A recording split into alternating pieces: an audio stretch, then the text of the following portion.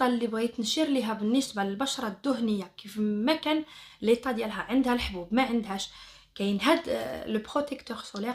وكاين واحد لاستيوس اللي مهمه وبغيتكم كاملين تجربوها بنات وولاد وتردوا عليا الخبر تحت هاد لا فيديو هادي.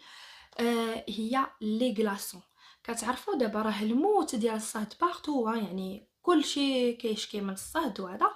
فبالنسبه لي احسن استيوس عطيتها للبنات شحال هادي في القناه الاولى ملي كنت بديت المكياج وهذا، وفعلا لقاو عليها نتيجه، خصوصا بالنسبه للناس اللي عندها مشاكل ديال المسام، هما لي غلاسون.